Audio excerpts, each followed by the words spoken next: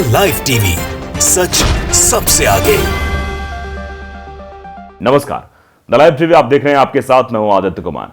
क्या देश में कानून का राज कायम है? क्या लोग जो है कानून के हिसाब से काम कर रहे हैं या फिर सड़कों पर उठकर उत्पात मचा रहे हैं? ये सवाल हम इसलिए पूछ रहे हैं क्योंकि खालिस्तानी समर्थकों ने पंजाब में जिस तरह से उत्पात मचाया उससे बहुत सारे सवाल खड़े होने लगे हैं। हरियाणा में मोनू मानेसर को बचाने के लिए महापंचायत बुलाई जाती है, जो हत्या का आरोपी, जिस पर आरोप लगाया कि उसने 2 लोगों की हत्या कर दी है। उससे पहले भी वो ऐसे कृत्य में शामिल रहा है। और अब पंजाब में सिर्फ और सिर्फ एफआईआर दर्ज होने के नाम पर अमृतपाल के समर्थकों ने ऐसा उत्पात मचाया जो देखने लायक था। एक खालिस्तानी समर्थक गिरफ्तार किया गया था, जिसके बाद उत्पात इतना ज्यादा बढ़ गया कि सड़कों पर तलवारें, बंदूकें, डंडे, ये लाठी, ये सब लहर रहे थे और ऐसा लग रहा था कि कानून कहां चला गया है। गृह मंत्री को धमकी देने वाला अमृतपाल ये बता रहा है अपनी ताकत को कि मेरी ताकत इतनी है, मैं ये कर सकता हूं। अब इसके पीछे लोग सवाल उठा रहे हैं कि गृह मंत्री को धमकी देने वाला शख्स अभी तक बचा हुआ क्यों है, क्यों इसकी गिरफ्तारी नहीं हुई? इसको लेकर भी लोग सवाल खड़े कर रहे हैं और साथ ही साथ ये भी सवाल खड़े कर रहे हैं कहीं ये कोई पॉलिटिकल स्टंट तो नहीं है। ये जो कुछ सब कुछ हो रहा है इसके पीछे कोई पॉलिटिकल वो तो नहीं है कि इसको खड़ा किया जाएगा, बाद में ऐसा हो जाएगा, सहानुभूति के आधार पर वोट ले ली जाएगी। इसको लेकर भी लोग आशंका जाहिर कर रहे हैं। विनोद कापड़ी ने वो तस्वीर साझा की, जरा आप तस्वीर को देखिए।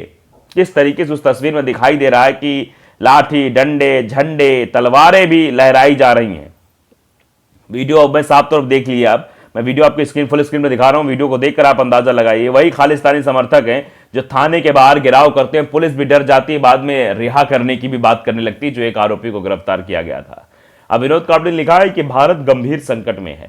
हरियाणा में हत्यारों के समर्थन में रैलियां हो रही हैं। पंजाब में अपहरण के आरोपी के समर्थन में खालिस्तान समर्थक अमृतपाल के नेतृत्व में थाने पर हथियारों के साथ धावा हो रहा है। भारत गंभीर संकट में है, बेहद गंभीर संकट में है। ऐसी नौबत क्यों आन पड़ी है? आप समझिए, जो अमित शाह को खुले मन से धमकी देता है और उसके बाद इस तरीके से आकर वो जो है मारने पीटने की बात करता है और घेराव कर लेता है। तस्वीरों में देखा सकता है कि ये तो आतंक का दूसरा रूप बन गया है। तो इस पर कार्रवाई क्यों नहीं हो रही? ये सवाल पूछा जाना लाजमी है और ये सवाल पूछा जा रहा है। हर जगह आर्टिकल्स छप रहे हैं, पंजाब सरकार से सवाल पूछे जा रहे हैं। पेपर की कटिंग जो है वो ट्वीट करते हुए लिखा अजीत अंजुम ने कि पंजाब में हालात इतने बेकाबू क्यों हो रहे हैं भगवंत मान? हथियार बंद कट्टरपंथी पुलिस थाने पर हमला कर रहे हैं। ये सवाल वहां के मुख्यमंत्री से पूछा जा रहा है अजीत अंजुम के द्वारा।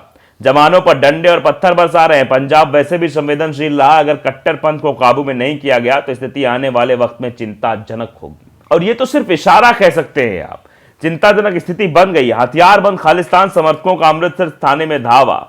साथी को छुड़ाने आए कट्टरपंथी नेता के समर्थकों ने बंदूकें, तलवारें लहराई। 8 जिलों के 800 पुलिस वालों को खदेड़ा। आप समझिए, 8 जिलों के पुलिस वालों को खदेड़ दिया। वो 800 की संख्या पुलिस वाले थे। डंडे और पत्थर मारकर भगाए पुलिस के जवान, एसपी समेत 6 पुलिसकर्मी घायल। अब इसका जिम्मेदार कौन है? अब केंद्र सरकार को एक्शन लेना चाहिए, इस पर तुरंत एक्शन लेना चाहिए, क्योंकि एक तो गृह मंत्री को खुलेआम धमकी दे रहा है, अपनी ताकत का एहसास करा रहा है कि देखो मेरी ताकत क्या है। अब देखिए, और दबाव में पुलिस आरोपी की रिहाई पर भी राजी हो गई है। लिखा हुआ है कि हमलावर खास तौर पर तैयार किए गए वाहन में गुरु ग्रंथ साहिब के स्वरूप को भी अपने साथ लेकर आए थे।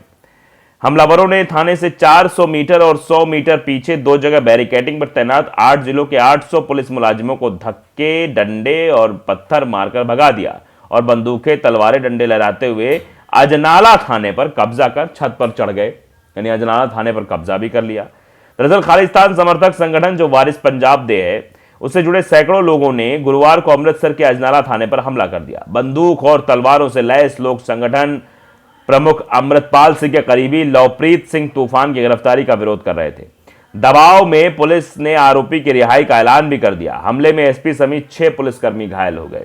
अमृतपाल तूफान समेत 30 लोगों पर आरोप है कि उन्होंने अमृतपाल के खिलाफ सोशल मीडिया पर टिप्पणी पर युवक को अगवा कर पीटा। इसी केस में तूफान गिरफ्तार हुआ था। आप समझे, उस तूफान को छुड़ाने के लिए ये एक ट्रेलर दिखाया गया है, एफआईआर दर्ज हुई है। अमृतपाल बोला कि पुलिस बार बार टटोलती है कि हम क्या कर सकते हैं, हम यही दिखाने आए थे कि क्या कर सकते हैं। वो सीधे तौर पर एक कह रहा है, चेतावनी दे रहा है पंजाब पुलिस को। और ये चेतावनी सिर्फ पंजाब पुलिस को नहीं है, ये चेतावनी केंद्र में बैठी सत्ता को भी है, क्योंकि गृह मंत्री को जो है टारगेट किया उसने। और समझ लीजिए आप कि गृह मंत्री के पास सारा पुलिस बल होता है, सारी जो है एजेंसीज गृह मंत्री के अधीन आती हैं, जो भी बड़ी एजेंसीज हैं। फिर भी वो बचा हुआ घूम रहा है। प्रशासन ने बाद में मान लिया कि लवप्रीत शामिल नहीं था। शियद के नेता हरपाल सिंह ब्लेयर ने कहा कि प्रशासन ने माना है कि लवप्रीत मामले में शामिल नहीं रहा, इसलिए उसे कल रिहा किया जाएगा। इस घटना से प्रदेश की सुरक्षा पर गंभीर सवाल होंगे। कैप्टन भी इस पर सवाल खड़े कर रहे हैं। पूर्व सीएम कैप्टन अमरिंदर सिंह ने कहा कि इस घटना से प्रदेश व देश में गंभीर सुरक्षा प्रभाव होंगे। उन्होंने प्रदेश सरकार की योग्यता पर भी सवाल उठाए। बल प्रयोग की इजाजत क्यों नहीं दी गई, यह भी सवाल अब पूछा जा रहा है। अमृतपाल ने बुधवार को ही पुलिस द्वारा दर्ज एफआईआर के खिलाफ अपने समर्थकों को अजनाला थाने में पहुंचने की अपील कर दी थी। गिरफ्तारी देने की बात से पहले ही पुलिस हाई अलर्ट पर थी। इसके मद्देनजर 8 जिलों से करीब 800 मुलाजिमों को तैनात कर दिया गया था, लेकिन उसके समर्थकों के सामने पुलिस के प्रबंध नाकाफी नजर आए। पुलिस सूत्रों के मुताबिक उन्हें बल प्रयोग की इजाजत नहीं थी, इसी वजह से वो हमलावरों को काबू नहीं कर सके। आप समझिए, तो बल प्रयोग करने की इजाजत किसने नहीं दी? किन लोगों ने जो है इस तरीके से देश के भाईचारे को खराब करने की कोशिश की है, देश में इस तरीके से बवाल करने की कोशिश की। अब लोगों का रिएक्शन भी इस पर आ रहा है। देखिए, जेपी गौतम वो लिखते हैं कि जिस तरह से हिंदू राष्ट्र की मांग करने वाले संघी देश के भाईचारे को खराब कर रहे हैं, जितना खालिस्तान की मांग करने वाले लोग भी जिम्मेदार हैं। ऐसे लोगों पर लगाम लगाना बहुत जरूरी है। भारतीय संविधान के हिसाब से ये सभी लोग दोषी हैं। उन्होंने उन पर भी सवाल उठाया जो हिंदू राष्ट्र की मांग कर रहे हैं, उन कट्टरपंथियों पर भी सवाल उठाया और उन पर भी सवाल उठाया जो लगातार खालिस्तान की मांग कर रहे हैं। आप समझिए, लोग कह रहे हैं। अब इसको लेकर सवाल खड़े किए जा रहे हैं। विनोद कापड़ी ने भी बाकायदे ट्वीट किया था, उसमें लोगों का रिएक्शन क्या कुछ आ रहा है। अशोक शेखावत लिखते हैं कि यह संकट केंद्रीय गृह मंत्री अमित शाह पर भी है। अमित शाह पर भी यह संगठन है। कल का अमित शाह के आवास पर हमला बोल दिया गया तो अमित शाह जी क्या करेंगे? अगर इस मसले पर एक्शन नहीं लिया गया तो फिर यह सवाल बहुत बड़ा हो जाएगा कि आखिरकार ये क्यों किया जा रहा है। अनिल गुप्ता लिखते हैं कि अपराध होना एक अलग बात है। अपराध हर राज्य में होते हैं और होंगे, किसी राज्य में किसी में कम, किसी में ज्यादा। बस राज्य उस अपराध का समर्थन ना दे। वहां की पुलिस बिना किसी राजनीतिक दबाव को उस अपराध की घटना को जांच करे और अपराधी को कानून के तहत सजा दिलवाए। लेकिन अब ये सब जो हो रहा है वो क्यों हो रहा है? लोग सवाल खड़े कर रहे हैं कि क्यों हो रहा है, क्यों सजा नहीं दी जा रही है। मदन चौधरी लिखते हैं कि जिस किसी देश के लोगों और राजनेताओं ने लोकतंत्र की जगह धार्मिक कट्टरता का चश्मा पहनकर देश चलाने की बात की, वहां अलगाव और अराजकता होना ही है। क्योंकि यह धार्मिक कट्टरता एक समय के बाद नस्ल, जाति और वर्ग श्रेष्ठता की भावना जगाती है। इसलिए टकराव और हिंसा आनी ही आनी होती है। अभी भी समय है। ये सीधे तौर पर सवाल उन लोगों के लिए भी है जो धार्मिक कट्टरता को बढ़ावा दे रहे हैं, जो धर्म के आधार पर देश में काम करने की कोशिश कर रहे हैं, उसी आधार पर चीजें बढ़ रही हैं। अनिल गुप्ता लिखते हैं ये खतरनाक। पुलिस और कानून का डर बिल्कुल खत्म हो रहा है और ये सब राज्य समर्पित राज्यों की सरकारों का सहयोग इन अपराधियों को मिल रहा है या हमारी आने वाली पुश्तों के लिए एक विषैला माहौल बना रही हैं। आप समझिए, लोग ये जान रहे हैं कि ये माहौल तैयार हो रहा है, लेकिन इस माहौल को तैयार करने के पीछे कौन है? क्या ये कोई पॉलिटिकल स्टंट है या फिर इसके पीछे कुछ और है? लोग ये भी सवाल खड़े कर रहे हैं।